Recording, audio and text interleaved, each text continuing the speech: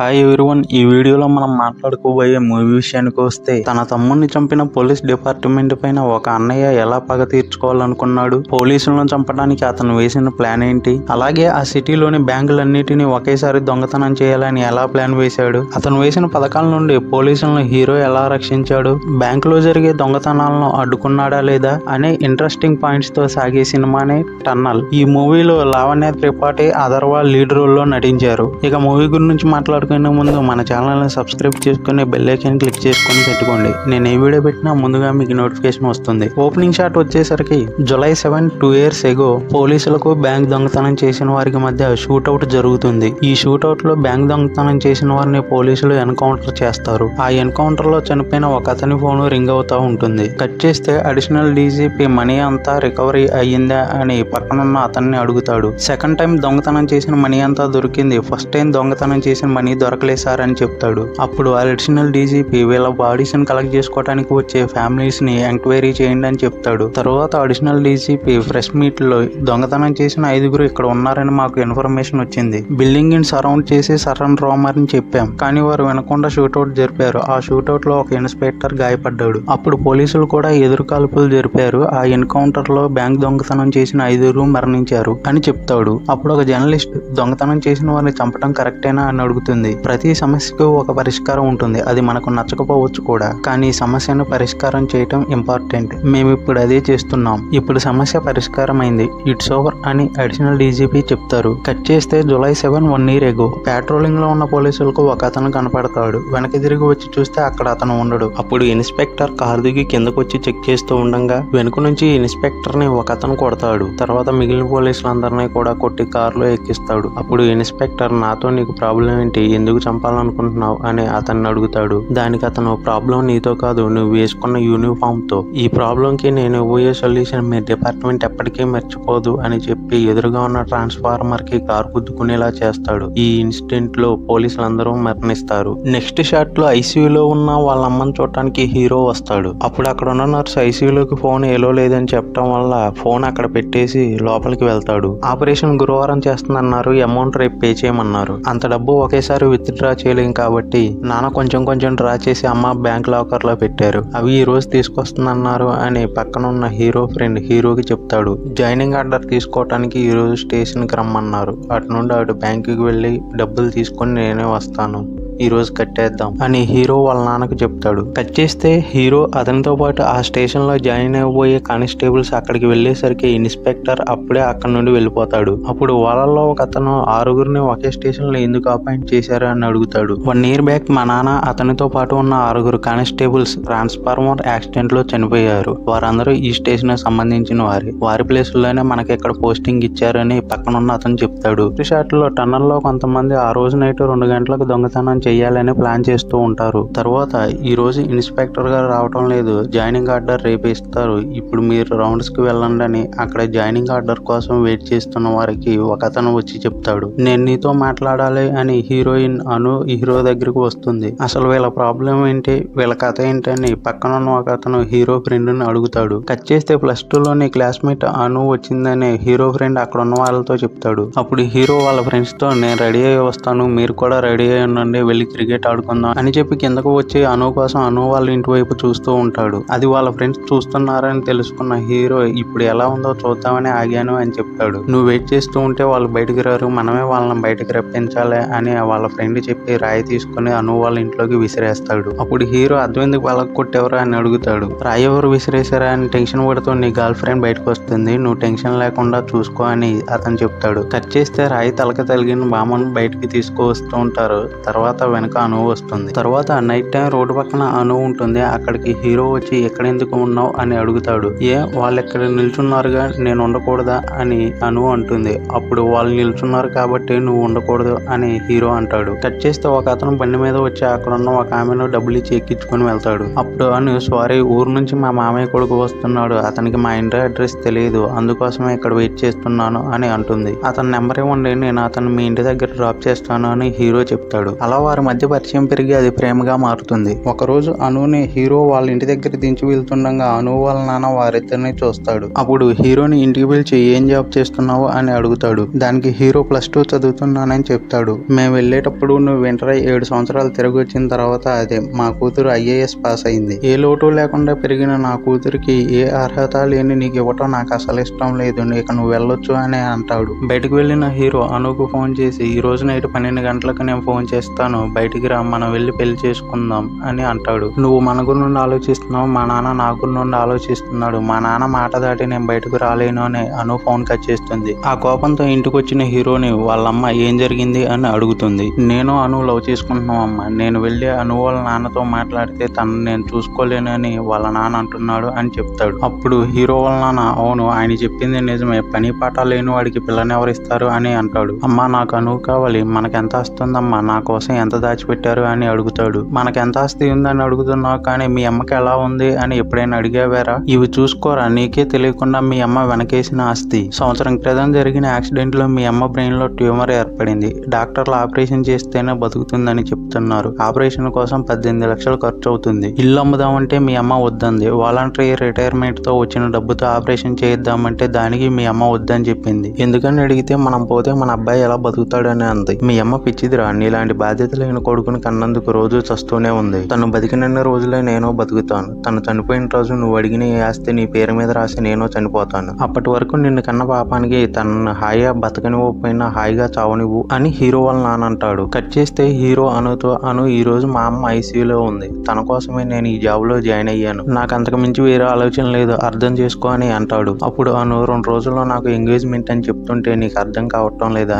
నేను తప్పు చేశాను, నువ్వు పిలిచినప్పుడే నీతో పాటు వచ్చేయాల్సిందిరా అని చెప్తుంది. అప్పుడు హీరో నువ్వేం తప్పు చేయలేదు, ఇంట్లో అమ్మకు బాగలేనప్పుడు నేను పట్టించుకోకుండా ఎందుకు నిర్లక్ష్యం చేశానో అర్థం కావటం లేదు. ఆ రోజు మీ నాన్న నన్ను అన్ని మాటలు అనకపోయినా లేదా మనం లేచిపోయి వెళ్ళి పెళ్లి చేసుకున్నా ఈ రోజు మా అమ్మ బతికుండేదే కాదు. ఇప్పుడే మా నాన్న నాకు అర్థమవుతున్నాడు, ఇంకా జీవితంలో వాళ్ళకి నచ్చని పని ఎప్పుడూ నేను చేయను అని చెప్తాడు. ఆ రోజు ఎవరి గురి నుంచి ఆలోచించకుండా లేచిపోయి వెళ్ళి పెళ్లి చేసుకుందామన్నావు, కానీ ఇప్పుడు మీ అమ్మ గురి నుండి ఆలోచించి వద్దంటున్నావు చూడు, అందుకోసమే నీతో నేను బతకాలనుకుంటున్నా. ఆ రోజు నువ్వు చెప్పింది ఈ రోజు నేను చెప్తున్నా, నైట్ 12 గంటలకు నీ కాల్ కోసం వెయిట్ చేస్తూ ఉంటా, నేను నీ కోసం వెయిట్ చేస్తున్నా అనే విషయాన్ని ఈ వాచ్ నీకు గుర్తు చేస్తూ ఉంటుంది. నువ్వు గనక 12 గంటలకు కాల్ చేయకపోతే నీ లైఫ్ లో నేను ఎప్పటికీ ఉండనిక అని చెప్తుంది. తర్వాత హీరో అతనితో పాటు ఉన్న కానిస్టేబుల్స్ రౌండ్స్ లో ఉండగా మ్యాన్ హోల్ నుంచి ఒక వ్యక్తి బయటకు వస్తాడు. అప్పుడు పక్కనున్న ఒక అతను చీకటి పడిన తర్వాత ఒక్కడే మ్యాన్ హోల్ లో వర్క్ చేయడు కదా అని అంటాడు. అప్పుడు మ్యాన్ హోల్ నుండి బయటకు వచ్చిన అతను పోలీసుల నుండి తప్పించుకోవటానికి పరిగెడుతూ ఉంటాడు. అతన్ని పట్టుకోవటానికి పోలీసులు కూడా అతని వెనకాల పరిగెడుతూ వస్తారు. అప్పుడు అందరూ కలిసి ఒక ప్రదేశంలోకి ఎంటర్ అవుతారు. ఆ ప్రదేశంలోకి వచ్చిన తర్వాత మ్యాన్ హోల్ నుండి బయటకు వచ్చిన అతను తప్పించుకుంటాడు. అప్పుడు వాళ్ళలో ఒక కానిస్టేబుల్ బయట ఒక బోర్డు పెట్టి ఉంది, ఇది ప్రైవేట్ ప్రాపర్టీ, లోపలికి ఎవరూ రాకూడదని. వీళ్ళని స్లమ్ క్లియరెన్స్ వాళ్ళే ఖాళీ చేసి బయటకు పంపించారు, కానీ ఇక్కడ ఉండే వాళ్ళు వాళ్ళకి ఈ ప్లేసే కావాలని కోర్టులో కేసు వేశారు, అందుకనే ఇక్కడ ఎవరూ లేరు, ఖాళీగా ఉంది అని చెప్తాడు. అప్పుడు వాళ్ళలో ఒక అతను ఈ ప్లేస్ లో ఇంత చీకటి టైంలో వాడిని మనం ఎంత ఎతికినా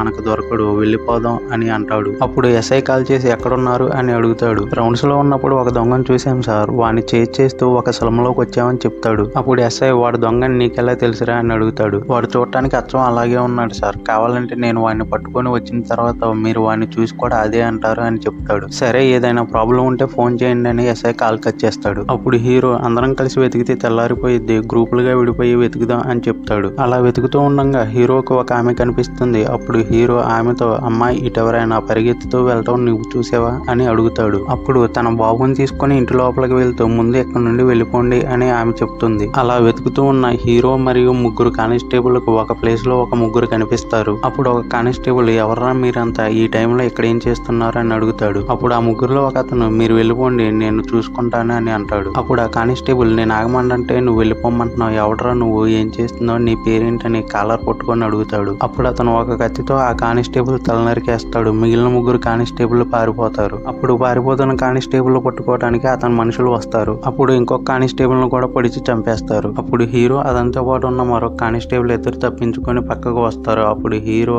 పక్కన అతనితో మనం ఎలాగైనా మిగిలిన ఇద్దరిని కనిపెట్టాలి, అలాగే స్టేషన్ కి ఇన్ఫార్మ్ చేయాలి అని అంటాడు. అప్పుడు వాళ్ళు ఉన్న ప్లేస్ లో వాళ్ళ మొబైల్ కి సిగ్నల్ రాకపోవటం వల్ల మొదట వాళ్ళకి కనిపించిన ఆమెకి ఏమైనా తెలిసేమో అని ఆమెను అడగటం కోసం ఆ ఇంటికి వస్తారు. అక్కడికి వెళ్ళిన తర్వాత ఒక కానిస్టేబుల్ ఎక్కడా సిగ్నల్ రావట్లేదు, వాళ్ళు అసలు ఎవరు, మనల్ని ఎందుకు చంపాలనుకుంటున్నారు అని అంటాడు. అది తెలియకూడదని మిమ్మల్ని చంపాలనుకుంటున్నారు, నేను మీకు ముందే చెప్పాను కదా ఇక్కడ నుండి వెళ్ళిపోమని అని ఆమె చెప్తుంది. అప్పుడు హీరో అసలు మీరెవరు, వాళ్ళకి మీకు సంబంధం ఏంటి అని అడుగుతాడు. అప్పుడు ఆమె నేను మీలాగనే మా అబ్బాయి జీవితం కోసం పోరాడుతున్నాను అని చెప్తుంది. అప్పుడు పక్కనున్న ఇంకొక కానిస్టేబుల్ ఎక్కడి నుండి బయటకు వెళ్లే దారి మీకు తెలుసా అని అడుగుతాడు. అప్పుడు ఆమె తెలుసు, కానీ మీరు అంత దూరం వాళ్ళకి కనిపించకుండా వెళ్ళలేరు అని చెప్తుంది. అప్పుడు ఆ కానిస్టేబుల్ ఇప్పుడు ఏం చేద్దాం అని అడుగుతాడు. అప్పుడు హీరో మనం ఎలాగైనా డిపార్ట్మెంట్ కి ఇన్ఫార్మ్ చేయాలరా అని అంటాడు. అప్పుడు ఆమె 3 వీధుల తర్వాత రెడ్ యాంటీనా ఉన్న ఇల్లు ఉంటుంది, అక్కడ నుంచి వారు అన్ని చేస్తూ ఉంటారు, అక్కడికి వెళ్తే మీకు సిగ్నల్ దొరుకుతుంది, మీరు ఇక్కడ ఉన్నారని వాళ్ళకి తెలిస్తే మమ్మల్ని బతకనివ్వరు, దయచేసి ఇక్కడ నుండి వెళ్ళిపోండి అని చెప్తుంది. అప్పుడు హీరో అతని పక్కన ఉన్న కానిస్టేబుల్ ఇద్దరు కలిసి రెడ్ సిగ్నల్ ఉన్న ఇంటి దగ్గరకు వస్తారు. అయినా కానీ వాళ్ళ ఫోన్ కి అక్కడ సిగ్నల్ రాకపోవటం వల్ల ఆ ఇంటి లోపలికి చూస్తారు. ఆ ఇంట్లో చనిపోయిన 2 కానిస్టేబుల్ బాడీస్ ఉంటాయి. అందులో ఒక కానిస్టేబుల్ కి ఆ ఏరియాకి వచ్చినప్పుడు ఇన్స్పెక్టర్ ఫోన్ చేస్తాడు. అది గుర్తుకు వచ్చి ఆ ఫోన్ తీసుకురావటం కోసం అని లోపలికి వెళ్తారు. ఫోన్ తీసుకున్న తర్వాత అక్కడ హీరోకి ఒక మ్యాప్ కనిపిస్తుంది. ఆ మ్యాప్ ను చూసిన హీరో రాత్రి 2 గంటలకు ఈ జోన్ లో ఉన్న అన్ని బ్యాంకులను దొంగతనం చేయాలని చూస్తున్నారు. ఇక్కడ మార్క్ చేసిన బ్యాంకులోనే అమ్మ లాకర్ ఉంది అని పక్కన ఉన్న కానిస్టేబుల్ కి చెప్తాడు. మ్యాప్ పైన హీరో చేయి తీసినప్పుడు దాని కింద ఒక కవర్ కనిపిస్తుంది. ఆ కవర్ లో హీరో జాయినింగ్ ఆర్డర్ ఉంటుంది. అప్పుడు పక్కన ఉన్న కానిస్టేబుల్ నీ జాయినింగ్ ఆర్డర్ ఏంట్రా ఎక్కడ ఉంది అంటే, వాడిని వెతుక్కుంటూ మనం ఇక్కడికి రాలేదు, వాడే మనల్ని ఇక్కడికి వచ్చేలా చేశాడు, వాడికి నీకేంటిరా గొడవ అని అంటాడు. కట్ చేస్తే అనోన్ కూడా కిడ్నాప్ చేసి అదే ఏరియాలోనే ఒక ఇంట్లో ఉంచుతారు. అప్పుడు రాబరీ చేయాలనుకున్న గ్యాంగ్ యొక్క లీడర్ అనుతో నేను నిన్నెందుకు కిడ్నాప్ చేశాను, ఏం చేయబోతున్నాను అనే దాని గురించి కాకుండా వాడు కాల్ చేస్తాడా లేదని ఆలోచిస్తున్నావు కదా, నేను దాని గురిండే వెయిట్ చేస్తున్నా,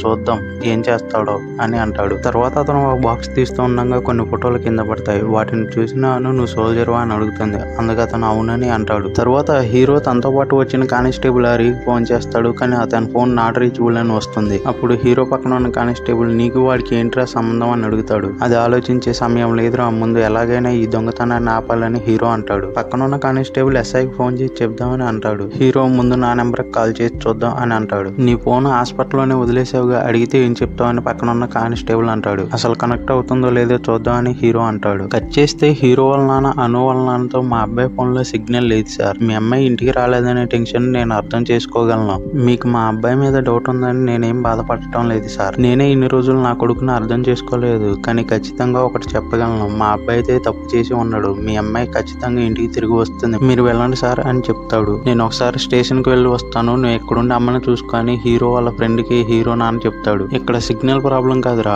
ఆ ఎస్ఐ నెంబర్ తప్పితే మన నెంబర్లని బ్లాక్ చేసి పెట్టారని హీరో పక్కన ఉన్న కానిస్టేబుల్ తో చెప్తాడు. అప్పుడు ఆ కానిస్టేబుల్ వాడే చేశాడని ఎలా చెప్తున్నారు అని అంటాడు. స్టేషన్ లో ఉండాల్సిన జాయినింగ్ ఆర్డర్ ఎక్కడ ఉంది, ఒక ఎస్ఐ రమేష్ నెంబర్ తప్ప మిగిలిన అందరూ బ్లాక్ చేసి ఉన్నాయి, నా ఫోన్ హాస్పిటల్లో ఉన్నట్టు ఎస్ఐకి తెలియదు, ఖచ్చితంగా ఇక్కడ జరుగుతున్న దానికి వాడికి ఏదో సంబంధం ఉంది అని హీరో అంటాడు. కంట్రోల్ రూమ్ కాల్ చేసి చెప్దామని పక్కన ఉన్న కానిస్టేబుల్ అంటాడు. ఇప్పుడు నేను కాల్ చేయకపోతే నెక్స్ట్ నేను కాల్ చేసేది 100 కానీ వాడికి ముందే తెలుసు, అందుకనే కంట్రోల్ రూమ్ లోనే ఉండి ఉంటాడు అని హీరో అంటాడు. మరి ఇప్పుడు ఏం చేద్దాం, బయటకు వెళ్ళాలన్నా దీన్ని ఆపాలన్నా డిపార్ట్మెంట్ కి ఇన్ఫర్మేషన్ ఇవ్వాల్సిందే అని హీరో పక్కన కానిస్టేబుల్ అంటే, నువ్వన్నదే కరెక్టేరా, కానీ దీని నుండి మనం ఎవరికి కాల్ చేసినా వాడికి ఈజీగా తెలిసిపోతుంది అని హీరో అంటే, పక్కనున్న వైర్లెస్ సిస్టమ్ చూసి మన స్టేషన్ యొక్క ఫ్రీక్వెన్సీ నెంబర్ తెలిస్తే డిపార్ట్మెంట్ మొత్తానికి ఒకేసారి ఇన్ఫర్మేషన్ ఇవ్వచ్చు, దానికి మన స్టేషన్ యొక్క ఫ్రీక్వెన్సీ నెంబర్ ఒక వాకీ కావాలని ఆ కానిస్టేబుల్ చెప్తాడు. ముందు స్టేషన్ యొక్క ఫ్రీక్వెన్సీ నెంబర్ కనుక్కుందామని స్టేషన్ కి టీ ఇచ్చే కుర్రాడికి కాల్ చేసి ఆ డిస్ప్లే మీద ఉన్న ఫ్రీక్వెన్సీ నెంబర్ చెప్పమని చెప్తాడు. ఆ టీ కుర్రోడికి హీరో కాల్ చేయడం కంట్రోల్ రూమ్ నుండి ఇన్స్పెక్టర్ మానిటరింగ్ చేస్తూ ఉంటాడు. కట్ చేస్తే హీరోకి అనువు పెట్టిన వాచ్ 12 గంటలు మోగుతుంది. వాడు ఇంకా నిన్ను లవ్ చేస్తూ ఉంటే 12 గంటలలోపు కాల్ చేస్తాడని నువ్వు చూస్తున్నావు, కానీ నిజంగా వాడు నిన్ను లవ్ చేస్తే ఖచ్చితంగా వాడు నీకు కాల్ చేయడని నేను అనుకుంటున్నా. ఇప్పుడు వాడు నిజంగా ప్రేమిస్తున్నాడా లేదనేదే క్వశ్చన్. ముందే చెప్పానుగా, తెల్లారితే వాడు బతికుంటాడో లేదో వాడికే తెలియదు, అందుకనే కాల్ చేయలేదని సోల్జర్ అనుగుతో అని అంటాడు. ఆ టీ కుర్రోడు టీ తీసుకొని స్టేషన్ కు వస్తాడు. అప్పుడు అక్కడ ఒక కానిస్టేబుల్ ఏంట్రా ఈ టైంలో వచ్చావా అని అడుగుతాడు. దానికి ఆ టీ కుర్రోడు ఒక గ్లాస్ పోయింది సార్, టీ ఇచ్చి ఆ గ్లాస్ వెతుక్కొని వెళ్దామని వచ్చాను అని చెప్తాడు. స్టేషన్ లో వాళ్ళకి టీ ఇస్తూ ఇన్స్పెక్టర్ పక్కన ఉన్న డిస్ప్లేలో ఫ్రీక్వెన్సీ నెంబర్ కోసం చూస్తాడు. కంట్రోల్ రూమ్ నుండి ఎస్ఐ ఇన్స్పెక్టర్ కాల్ చేసి ఒక నెంబర్ చెప్పి, ఇది మన స్టేషన్ లో పరిధిలోది,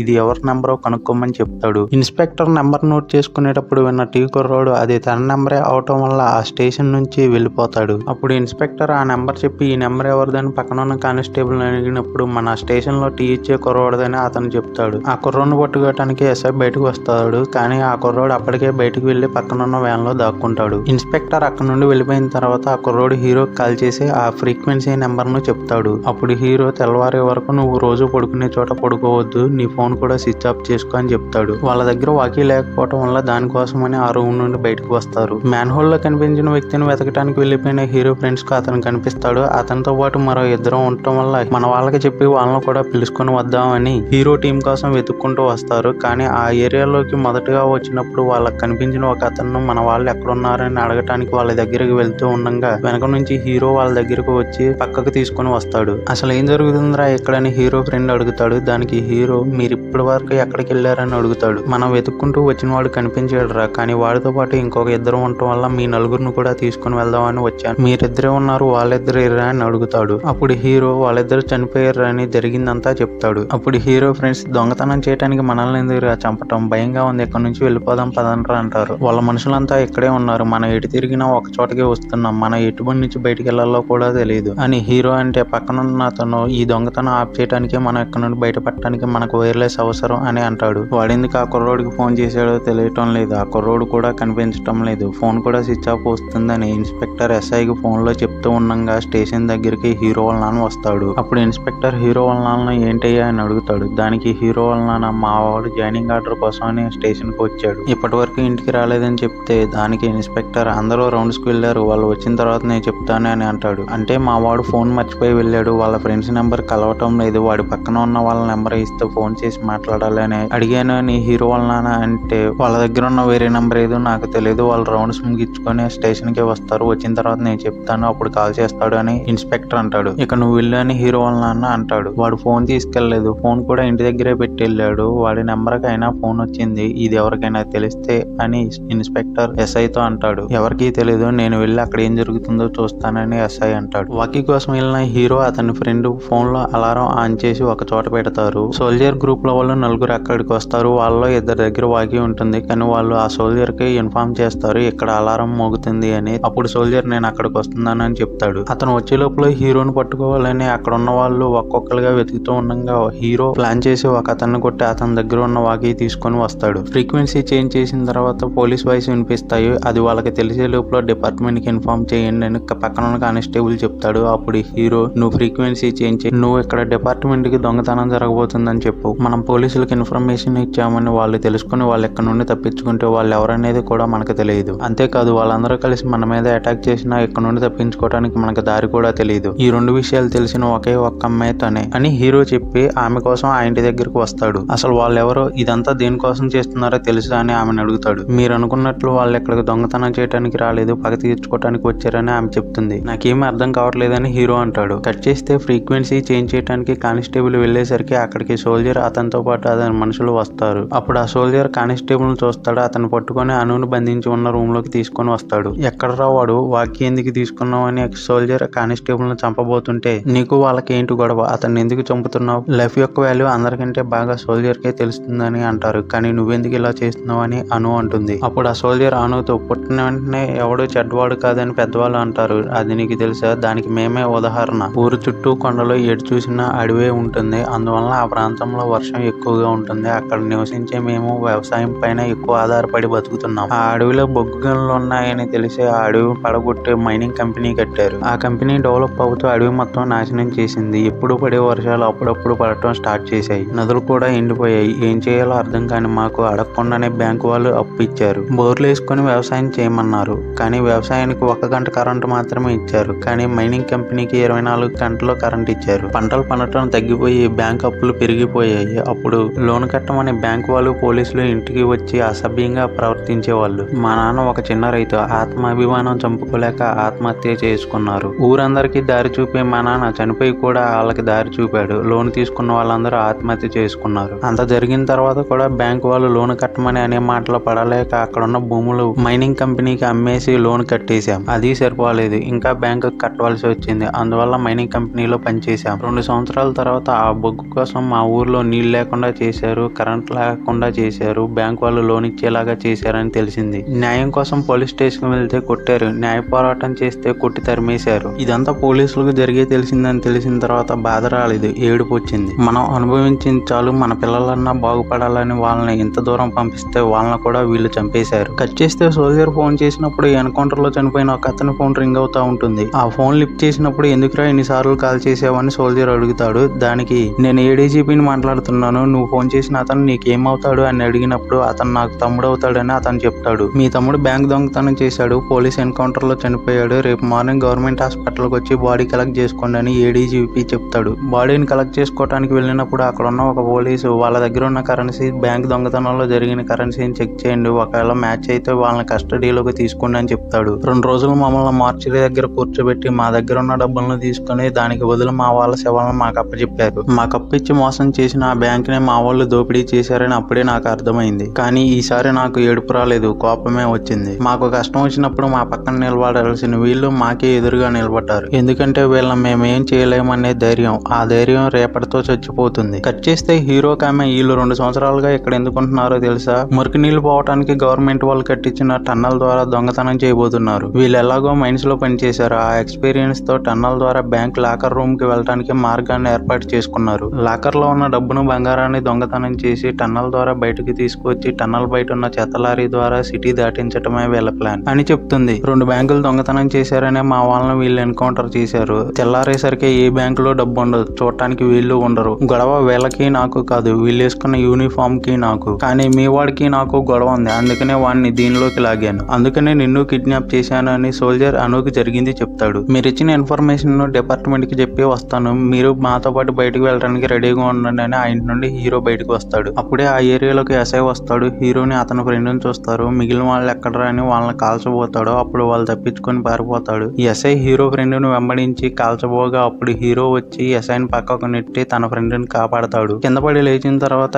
ఎస్ఐ హీరో అతని ఫ్రెండ్ కోసం వెతుకుతూ ఉండగా వెనక నుండి సోల్జర్ వచ్చి ఎక్కడికి ఎందుకు వచ్చావని అడుగుతాడు. ఏం జరుగుతుందయ్యా ఎక్కడని ఎస్ఐ అడిగినప్పుడు అంతా ప్లాన్ ప్రకారమే జరుగుతుందని సోల్జర్ చెప్తాడు. అంతా ప్లాన్ ప్రకారమే జరిగేటప్పుడు నీకు నాకు సంబంధం ఉందని వాళ్ళకి ఎలా తెలిసింది? వాళ్ళని చంపే వాళ్ళు ఎక్కడి నుండి బయటకు వస్తే నాకు ప్రాబ్లం అవుతుంది, తర్వాత ఏం జరిగినా నేను చూసుకుంటానని ఎస్ఐ చెప్తాడు. సరే నువ్వు ఇక్కడ నుంచి బయలుదేరు, డబ్బులు వచ్చిన వెంటనే నీకు కాల్ చేస్తానని సోల్జర్ చెప్తాడు. అప్పుడు ఎస్ఐ అక్కడ నుండి వెళ్తుండగా అతని వెనకాల హీరో అతని ఫ్రెండ్ వెళ్ళి అక్కడ నుండి బయటికి వెళ్లే మార్గాన్ని తెలుసుకుంటారు. మనము బయటికి వెళ్ళిపోదాం, వెళ్ళిపోతేనే డిపార్ట్మెంట్ కి ఇన్ఫర్మేషన్ ఇవ్వగలమని హీరో ఫ్రెండ్ చెప్తాడు. తన ఫ్రెండ్ ని కాపాడటానికి ఎస్ఐని పక్కకు నెట్టే టైంలో అతని దగ్గర ఉన్న వాకీని హీరో తీసుకుంటాడు. దాని ద్వారా పోలీసులందరికీ సౌత్ జోన్ లో ఉన్న బ్యాంకులన్నిటినీ టన్నెల్ ద్వారా 2 గంటలకు దొంగతనం చేయబోతున్నారని తెలియజేస్తాడు. అప్పుడు ఆ జోన్ లో ఉన్న పోలీసులందరూ అన్ని బ్యాంకుల దగ్గరకు వస్తారు. నువ్వు వెళ్ళి బయట వెయిట్ చేయి, నేను వెళ్ళి హరిని ఆ అమ్మాయిని తీసుకొని వస్తాను, బ్యాంకు దొంగతనం జరగబోతుందని చెప్పింది నేనే, నాకేమైనా జరిగితే డిపార్ట్మెంట్ నువ్వే ఇక్కడికి తీసుకొని రావాలి, కాబట్టి ఇక్కడ నుండి బయటికి వెళ్ళరని హీరో తన ఫ్రెండ్ కి చెప్తాడు. అప్పుడు హీరో ఆమె దగ్గరకు వచ్చి బయటికి వెళ్లే దారి తెలిసింది, బయలుదేరండి అని చెప్తాడు. దానికి ఆమె మీరు అని అడుగుతుంది. అప్పుడు హీరో నా ఫ్రెండ్ ఒకడు ఇక్కడే చిక్కుకున్నాడు, వాడిని తీసుకురాకుండా నేను రాలేనని చెప్తాడు. ఇక్కడ ఇంకొక అమ్మాయిని కూడా దాచించారు, వీలైతే తనను కూడా కాపాడండి అని ఆమె చెప్తుంది.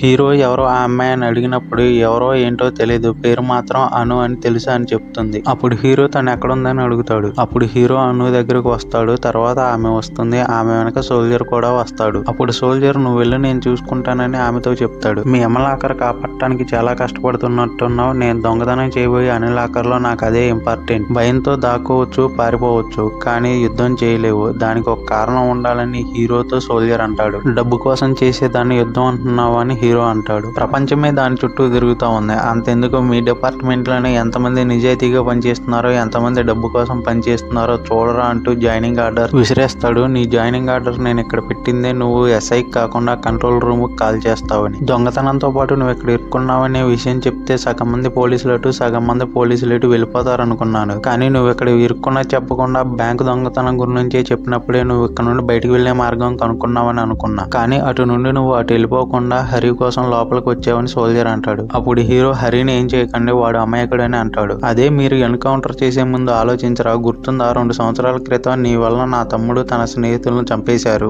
గుర్తుందా అని సోల్జర్ అంటాడు. కట్ చేస్తే పోలీసులు వెహికల్స్ చెకింగ్ చేస్తూ ఉంటారు. అక్కడ హీరో వాళ్ళ అమ్మ నాన్న ఆగి ఉంటారు. అప్పుడు హీరో అక్కడికి వాళ్ళ నాన్న బండి డాక్యుమెంట్స్ తీసుకొని వస్తాడు. ఆ డాక్యుమెంట్స్ అక్కడ ఉన్న ఇన్స్పెక్టర్ చూపిస్తూ పెద్దవాళ్ళని ఎందుకు ఈ టైంలో ఇబ్బంది పెడుతున్నారు అని అడుగుతాడు. బ్యాంక్ దొంగతనం జరిగింది, తరువుగా చెక్ చేయమని ఆర్డర్స్ ఉన్నాయని ఇన్స్పెక్టర్ చెప్తాడు. అప్పుడు ఒక బైక్ మీద ఇద్దరు అక్కడికి వస్తారు. పోలీసులు ఆపుతుండగా వాళ్ళని కొట్టివేసి అక్కడ నుండి వెళ్లేటప్పుడు హీరో వాళ్ళ నాన్న బండికి డాష్ ఇస్తారు. ఆ డాష్ ఇచ్చినప్పుడు హీరో వాళ్ళ అమ్మ కింద పడి తలకి దెబ్బ తగులుతుంది. పోలీసులు ఆ బైక్ ని చేజ్ చేస్తూ వస్తారు, కానీ పోలీసుల నుండి వాళ్ళు తప్పించుకుంటారు. కానీ హీరో వాళ్ళని చేస్తూ వాళ్ళు ఉండే చోటకు వస్తాడు. హీరోని చూసిన వాళ్ళు గన్స్ తో ఫైరింగ్ చేస్తాడు. అప్పుడు హీరో వాళ్ళని లోపలే ఉంచి బయట గడి వేసి పోలీసులకు ఇన్ఫార్మ్ చేస్తాడు. పోలీసులు అక్కడికి వచ్చి ఎన్కౌంటర్ చేసి వాళ్ళందరిని చంపేస్తారు. మా వాళ్ళను చంపిన వాళ్ళని కనిపెట్టడానికి పెద్దగా టైం పట్టలేదు, కానీ నిన్ను కనిపెట్టడానికి చాలా టైం పట్టింది. నువ్వు ఇచ్చిన ఇన్ఫర్మేషన్, నువ్వు వేసుకున్న యూనిఫామ్ వెళ్ళారా, మా తమ్ముడు చనిపోయాడు, ఇప్పుడు అదే జరుగుతుంది అని సోల్జర్ చెప్తున్నప్పుడు హీరో అతను కొట్టి అనుని తీసుకుని అక్కడ నుండి పారిపోతాడు. హరిని వాళ్ళు చంపబోతుండగా వాళ్ళని కొట్టి అనుతో పాటు హరిని కూడా బయటికి తీసుకుని వస్తాడు. పోలీసులు బ్యాంక్ లోపలికి వెళ్లేసరికి దొంగతనం జరిగి ఉంటుంది. ఏ దారి గుంట అయితే దొంగతనం చేశారో అదే దారి గుంట వాళ్ళని పట్టుకోవడానికి వెళ్తారు. తర్వాత ఎస్ఐ అసలు అమ్మేరియాకి వెళ్తాడు. వాడు చనిపోయాడు అని అడుగుతాడు. అక్కడ వాళ్ళు తప్పించుకున్నాడని చెప్తాడు. అప్పుడు ఇన్స్పెక్టర్ ఫోన్ చేసి వాళ్ళ నాన్న తీసుకుని రమ్మని చెప్తాడు. డబ్బు కోసమే ఇదంతా చేస్తుంటే పోలీసులకు తెలియాలని ఎందుకు అనుకుంటాడు, వాడు ఇంకేదో ప్లాన్ చేస్తున్నాడు అని హీరో తన ఫ్రెండ్ తో అంటాడు. అప్పుడు స్టేషన్ ఫోన్ చేసి 2 సంవత్సరాల క్రితం జరిగిన ఎన్కౌంటర్ గురించి డీటెయిల్స్ అడుగుతాడు. అతను 4 సంవత్సరాలు ఆర్మీలో పనిచేశాడు. అక్కడ జరిగిన బాంబ్ బ్లాస్ట్ లో లెగ్ ఇంజరీ వల్ల ఇంటికి వచ్చాడు. 4 సంవత్సరాలుగా మైన్స్ లో బ్లాస్టింగ్ పని చేస్తూ ఉంటాడని కానిస్టేబుల్ చెప్తాడు. ముందు మన వాళ్ళందరినీ బయటికి రమ్మని చెప్పండి. వాడు దొంగతనం చేసింది డబ్బు కోసం కాదు, మన వాళ్ళందరినీ టన్నర్లోకి రప్పించడం కోసమని హీరో చెప్తాడు. ఎస్ఐ సోల్జర్ దగ్గరికి వెళ్ళి వాడిని ఎందుకు వదిలేసావు, చంపకుండా, ఇప్పుడు డిపార్ట్మెంట్ మొత్తం నా ఇంటి ముందు ఉంటుంది, డబ్బు త్వరగా తీసుకొచ్చి నా వాటా నాకు ఇవ్వు అని అంటుండగా ఎస్ఐని సోల్జర్ పోల్చి ఇది డబ్బు కోసం చేయలేదు నేను అని అంటాడు. టన్నెల్లో డబ్బున్న ప్లేస్ కు పోలీసులందరూ వచ్చిన తర్వాత అక్కడ ఒక అతను సిగ్నల్ ఇచ్చినప్పుడు బయటికి వెళ్లే మార్గాలన్నింటినీ బ్లాస్ట్ చేసేస్తారు. అక్కడ ఉన్న మార్గం ద్వారా అతను పైకి వచ్చేస్తాడు. పోలీసులందరూ ఒక చాట ఇరుక్కుంటారు. వాడు మనిషిలో చేసేలాగే ఇప్పుడు కూడా చేయబోతున్నాడు. పోలీసులందరినీ ఒక చాటకు రప్పించి చంపబోతున్నాడు. నేను తిరిగి అక్కడికి వెళ్ళాలి. డిపార్ట్మెంట్ మొత్తం టన్నెల్లో ఇరుక్కొని ఉంది. మిగిలిన వాళ్ళ సిటీ ఎంట్రన్స్ లోకి వచ్చే లోపల వాళ్ళ బాడీలు తవ్వి తీయడానికి కూడా ఉండవు. నేను ఒక్కనే వాడిని ఆపలేకపోవచ్చు, కానీ ఇలా చేతులు కట్టుకుని కూర్చోలేనని హీరో చెప్పి అక్కడికి వెళ్తాడు. సోల్జర్ వాకీలో డీజీపీతో 2 సంవత్సరాల క్రితం నా తమ్ముడిని ఎన్కౌంటర్ చేసి వాడి ఫోన్తో నాతో మాట్లాడావు గుర్తుందా డీజీపీ అని అడుగుతాడు. ఇప్పుడు నీకేం కావాలి, నీ సమస్య నాతో, వాళ్ళని ఏం చేయొద్దని డీజీపీ అంటాడు. ప్రతి సమస్యకు ఒక సొల్యూషన్ ఉంటుంది, కానీ అన్ని సందర్భాల్లో అది అందరికీ నచ్చకపోవచ్చు, కానీ సమస్యను సాల్వ్ చేయడం ఇంపార్టెంట్. ఇది నువ్వు చెప్పిందే, కానీ ఇప్పుడు నేను చేస్తున్నాను.